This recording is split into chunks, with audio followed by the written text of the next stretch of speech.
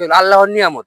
আল্লাহর নিয়ামত নিয়ে, আল্লাহর নিয়ামত আমরা শুকরিয়া আদায় করে শেষ করতে পারবো না। আল্লাহ যে আমাদের কত বড় নিয়ামত দিছে সেগুলো আমরা শুকরিয়া আদায় করে শেষ করতে পারবো না। আমরা যখন অসুস্থ হই তখন আমরা বুঝি সুস্থতা কি জিনিস। একটা মানুষ যখন অসুস্থ হয়, যখন তাকে হসপিটাল নিয়ে যাওয়া হয়, তখন তার যে অক্সিজেনের প্রয়োজন হয়, তখন তার 1 লিটার অক্সিজেনের দাম আসে 400 টাকা। আর একটা দৈনন্দিন মানুষের 24 ঘন্টায় অক্সিজেনের প্রয়োজন হয় 550 লিটার, যেটার বাংলাদেশ টাকা হয় হচ্ছে 2,20,000 টাকা। তাহলে এই অক্সিজেনটা আল্লাহ তাআলা আমাদের ফ্রি ফ্রি দিয়ে দিচ্ছে, কিন্তু আমরা এর নিয়ামত আদায় করি না। এজন্য আল্লাহ তাআলার নিয়ামত শুকরিয়া আমাদের বেশি বেশি আদায় করতে হবে। যখন আমাদের এই একটা অঙ্গ প্রত্যঙ্গের অসুখ হয়, তখন আমরা বুঝি যে সেই অঙ্গ প্রত্যঙ্গটা কত গুরুত্বপূর্ণ। আর যখন আমরা সুস্থ থাকি তখন সেটা আমরা বুঝতে পারি না।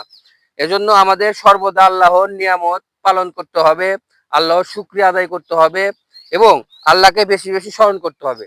আর আল্লাহর শুকরিয়া আদায় করলে আল্লাহ আমাদের আরো ফজিলত বাড়িয়ে দেন। আল্লাহ হচ্ছে দয়াশীল, আল্লাহ দয়ার ভান্ডার, আল্লাহর ওখানে কোনো কমতি নাই। এজন্য আমরা বেশি বেশি আল্লাহর কাছে চাবো, বেশি বেশি সুস্থতা কামনা করব। বেশি বেশি সুস্থতা কামনা করলে আল্লাহ তাআলা খুশি হয়। আল্লাহ তাআলা আল্লাহ তাআলা চায় যে বান্দা আমার কাছে চাক, বান্দা আমার কাছে চাক। বান্দা বলতে আমরা আল্লাহ তাআলার কাছে চাই, সেটা আল্লাহ তাআলা চায়। এজন্য আমরা কার পূর্ণতা বাদ দিয়ে আল্লাহ তাআলার কাছে চাবো। এবং সবচেয়ে বেশি বড় নিয়ামত হচ্ছে সুস্থতা আদায় করা। আল্লাহর দরবারে সবচেয়ে বড় নিয়ামত হলো সুস্থতা আদায় করা। আমরা সর্বদা যে হালতে যে রকম কার না থাকি, আমরা সর্বদা আল্লাহ তাআলার শুকরিয়া আদায় করব, আল্লাহ তাআলার কাছে সুস্থতা আদায় করব। কেউ যদি জিজ্ঞেস করে যে ভাইজান আপনি কেমন আছেন, তখন আমরা কোনো কথা না চিন্তা করে নির্দ্বিধায় বলে দেবো আলহামদুলিল্লাহ। আল্লাহ যে যে অবস্থায় যে হালতে আমাকে যে রকম রাখছে, এটা শুকরিয়া, এগুলা আদায় করা উচিত। আর আল্লাহর নিয়ামতের আর একটা জিনিস হলো বেশি বেশি আল্লাহর গুণগান গাওয়া, বেশি বেশি আল্লাহকে স্মরণ করা, বেশি বেশি আল্লাহর রাস্তায় থাকা, বেশি বেশি সৎ পথে নিজেকে পরিচালিত করা। সৎ পথে পরিচালিত হলে আল্লাহ আমাদের সাথে থাকে, আর অসৎ পথে যখন পরিচালিত হয় তখন শয়তান আমাদের সাথে থাকে। এজন্য আমরা সর্বদা আল্লাহ তাআলার সাথে থাকতে চাই এবং শয়তান থেকে দূরে থাকতে চাই।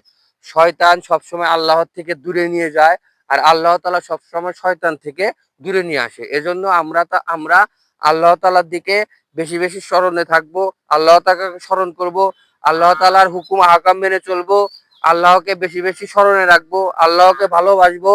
এগুলার মাধ্যমে আমাদের কল্যাণ নিহত হবে।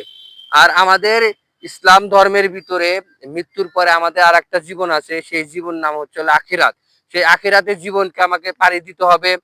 সেখানে পাড়ি দিতে হলে আল্লাহর দয়ার অসীম দরকার। আল্লাহর দয়ার অসীম ছাড়া আমরা কেউ পাড়ি দিতে পারবো না, আল্লাহর দয়ালু ছাড়া আমরা কেউ পাড়ি দিতে পারবো না। এজন্য আমরা আল্লাহকে বেশি বেশি স্মরণ করে তার সাথে থাকবো, ইসলামের পথে থাকবো, আল্লাহর শুকরিয়া বেশি বেশি আদায় করব, আল্লাহর নিয়ামত বেশি বেশি আদায় করব। ধন্যবাদ।